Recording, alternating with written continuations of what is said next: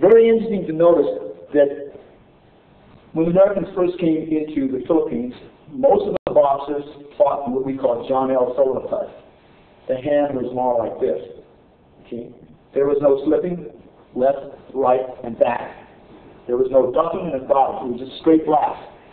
Look at these fighters from John L. Sullivan, okay, to guys like gentleman Jim Corbett, did a hand like that. And when they punch, they watch some of the pictures, they put the hand back like this, just like the karate people. In the Philippines, if you notice the fighters at the same time period, the hand was up. They were slipping left, right, ducking, weaving, okay? Because from knife fighting, the knife has to be held in tight when you strike. So if the knife is held this way, you cook. The same principles are being used. Okay? That's very important to realize that different contributions of different people into the martial art. So in the Philippines, they already have the hand position here because you cannot put your hand out like that in knife fighting because they'll cut it off. Same thing in inequality. You would never fight a guy like that, hands out. His hand has to be in for protection so that you can strike. Notice the hand position. If you had to stick, you would stick in the hand position this way. Or notice the hand position. Okay, if your hands go like that, right? One is ready to strike. If I drop it, the motion comes from motion. If you look at a lot of Indonesian dances and Malaysian dances and Filipino dances, you can see that the form is in here already with the slipping and bobbing and weaving. It is incorporated into dances, although a lot of people don't realize it. Now what we do is we take it out of the classical thing, but I teach the Indonesian with the straight classical also, but for the Jeet Kune Do concept and for the blend, we take it out and employ the technique. And then have Paula do something in what we call the third judo, okay? And she would face this way toward the camera, and this is what they call a samba, or judo's 3, okay? And not as legacy, okay? This is traditionally done to the sound of the drum and Indonesian or Filipino or Malaysian music, okay? This one here is an Indonesian form. Should I ask you to do it one more time so that the audience can see it again? This is a classic, which all techniques are taken from that motion. That's a samba. Okay, now notice that the first samba, if I have her face the camera again from this angle over here, I'm doing the first motion of that particular gyros. Notice that motion here. Now, this motion here can mean 3 things. It is for the right punch, which is delivered right over here. Look at it again. So when she does it without somebody punching, it looks again like that. But that is one of the interpretations. Okay? Now the second one is if I throw my left hand, notice how the punch is here. Okay? Again, if I shoot here, the shot is here. Okay? Again. Okay, now I take my hand away. Notice it. It is just like the form. Okay? The other one is when the hand is on both on the outside. That's the shot. Again, it's all motion. From here, she has the option of going into various different types of tactics, right? Different types of follow-ups, and so on. But that's what we do. We take it out of the classical concept and then do the approach, okay? We do the approach by not modernizing it, but taking it out of the structure and say, well, later on, go back and run the form where it originally came from. That's what we do, okay? The next thing that was very common in the Philippines, in the Jeet Kune Do concept and in the Filipino martial, we like to train the attributes. Because the training of the attributes are very important, okay? Now I'm going to use her to just go through some of the basics, not a whole workout, but I would like you to come back to it, okay? We want to train various different tools of the body. So what we do is we incorporate the drill, whether it comes from Muay Thai, whether it comes from Sarat, or whether it comes from Filipino Kali, whether it comes from Wing Chun.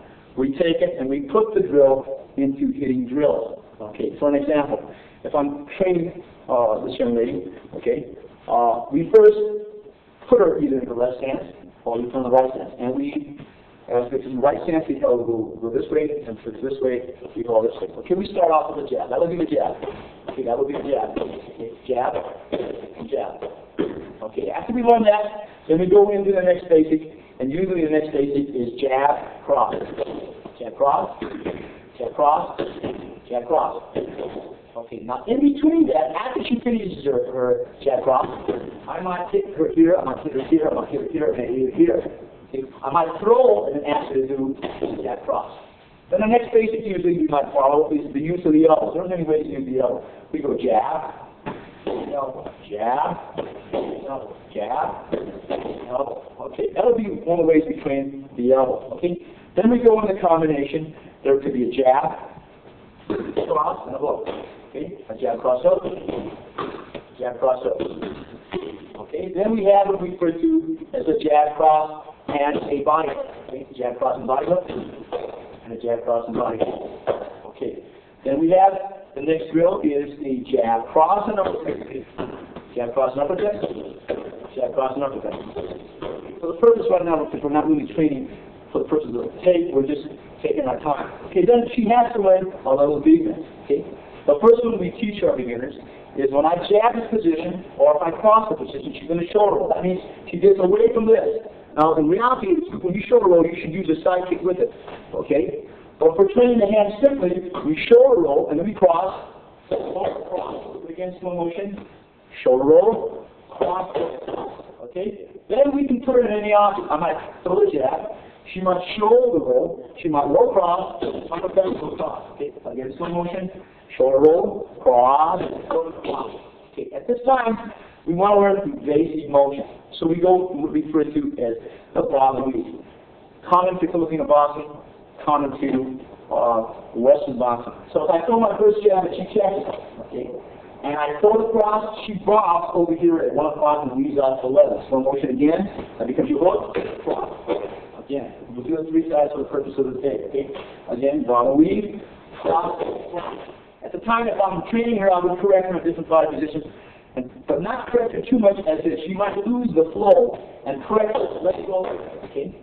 All right. Now, if I jab over here, I'm going to hook. So she does the bob and weave in the opposite. These are not the only targets we use. But right now, bob and weave, okay? Okay, in slow motion again. Jab, bob and weave, cross. Sometimes she's unable to bob and weave, so she catches with the front hand.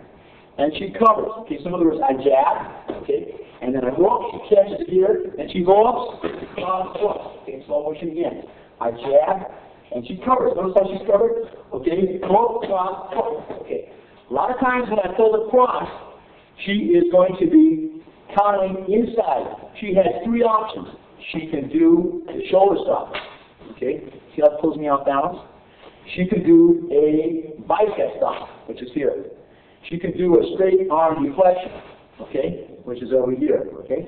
She can actually hit the face, but we don't do this for the drill, okay. All right. So when she does a shoulder stop, okay, I set my target. 1, 2, 3. Does it always have to be that? No. You can set your target. In slow motion again. I put my foot close to my elbow, elbow, elbow. Look at it again in slow motion, okay. She covers the stop. Puts it over here, elbow, elbow, elbow. Okay, now, those are the ways we train it, okay? Because there's many, many drills, and you can almost take a tape and make 3 takes on just how to use your basic tools, okay? A lot of times, if I'm jabbing, I'll show you why we do this. If I jab, and if she parries my cross, the elbow would be here. The knee would then follow here once and twice. This we like to do because they do this a lot in Muay Thai. Okay? So again, in slow motion, 1, 2, parry, elbow, 1, 2. Okay? Now, because your right hand cannot get back, if she were to elbow here, my face would be exposed. Okay? Right? And then we go 1, 2. Okay?